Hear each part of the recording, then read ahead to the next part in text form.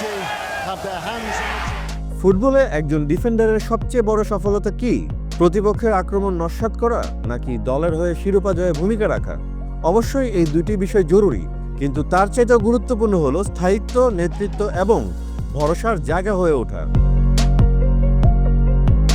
আজকের গল্প এমন এক ফুটবলারের যিনি শুধু ব্রাজিল নয়, বরং আধুনিক ফুটবলেরও অন্যতম সেরা ডিফেন্ডার। তিনি হলেন মার্কুইনোস। আজ চিলির বিপক্ষে মাঠে নেমেই তিনি ছুঁয়ে ফেললেন এক অনন্য মাইলফলক। ব্রাজিল জাতীয় দলের হয়ে খেলে ফেললেন ১০০তম ম্যাচ। মাত্র ১৯ বছর বয়সে জাতীয় দলে ডাক পান মার্কুইনোস। তখন ব্রাজিলের কোচ ছিলেন লুইস ফিলিপে স্কলারি। তবে তার যাত্রা একেবারেই সহজ ছিল না। ২০১৪ বিশ্বকাপ মিস করেছিলেন তিনি, কিন্তু সেই হতাশার পর থেকে আর পেছনে তাকাতে হয়নি তাকে। এরপর ধীরে ধীরে নিজেকে গড়ে তুলেছেন সেলেসাওয়ের ডিফেন্সের মূল স্তম্ভ হিসেবে।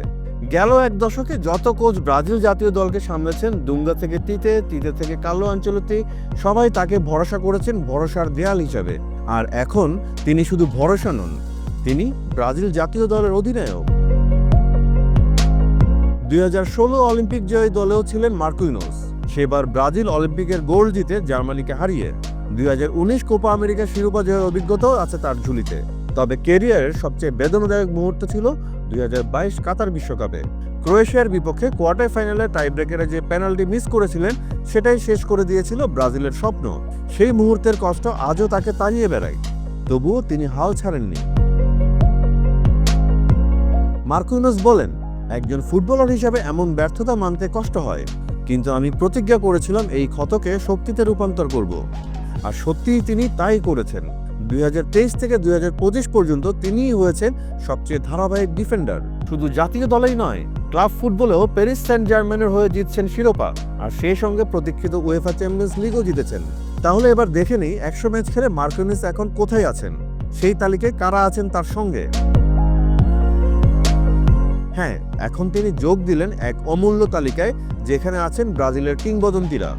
আন্তর্জাতিক ফুটবলে ব্রাজিলের হয়ে কাফু খেলেছেন ১৪৩ match, Neymar ১২৮ match, Roberto Carlos খেলেছেন ১২৭ match, Dani Alves ১২৬ match, Rivelino ১২০ match, Thiago Silva ১১৩ match, Lucio ১০৫ match, Taffarel ১০২ match এবং রবিনো ১০০ ম্যাচ খেলেছেন।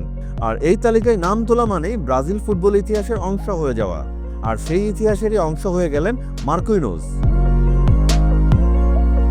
মারাকানার গ্যালারিতে হাজার হাজার ব্রাজিলিয়ান সমর্থকদের সামনে তিনি হয়ে গেলেন সেই ইতিহাসের অংশ। মারাকানার দর্শকদের সামনে ৩১ বছর বয়সে অধিনায়ক যখন মাঠে নামেন, তখন তিনি শুধু ব্রাজিলের ডিফেন্ডার নন, বরং তিনি হয়ে ওঠেন জাতীয় দলের আস্থা এবং ভবিষ্যতের প্রতীক। ব্রাজিল ফুটবল কনফেডারেশন বা সিবিএফ ইতিমধ্যে তাকে সম্মান জানাতে দিয়েছে এক বিশেষ জার্সি। কিন্তু মার্কুইনোসের জন্য সেরা উপহার হবে ২০২৬ ফুটবল বিশ্বকাপ জয়ে নেতৃত্ব দেওয়া। এখন মার্কুইনোস মানে শুধু একজন ডিফেন্ডার নন, তিনি প্রতীক সেই সব খেলোয়াড়দের যারা ব্যর্থতা থেকে শিক্ষা নেয় এবং ভরসায় পরিণত হয় একটা দেশের কোটি কোটি ভক্তের জন্য। আজ ছিল তার ১০০তম ম্যাচ। আগামীতে হয়তো তিনি ব্রাজিলের হয়ে তৃতীয়বারের মতো বিশ্বকাপ খেলতে যাচ্ছেন, যার মূল মঞ্চে হয়তোবা নেতৃত্ব দেবেন। ভক্তদের মনে এখন শুধু প্রশ্ন একটাই, মার্কুইনোস কি পারবেন সেলেসাওদের ষষ্ঠ বিশ্বকাপ এনে দিতে? উত্তরটা সময়ই দেবে। কিন্তু ব্রাজিল ফুটবল ইতিহাসে তার নাম এখনই লেখা হয়ে গেছে। হ্যাঁ, ক্যাপ্টেন মার্কুইনোস ১০০ ম্যাচের মাইলফলক স্পর্শ করেছেন। আপনার মতে ক্যারিয়ার শেষে মার্কুইনোস ব্রাজিলের ইতিহাসে কোন জায়গায় থাকবেন? কমেন্টে লিখে জানাতে পারেন আপনার মতামত। ফুটবলের আরও আপডেট বিশ্লেষণ পেতে লাইক, শেয়ার ও সাবস্ক্রাইব করুন বাংলা ফ্লো ইউটিউব চ্যানেল।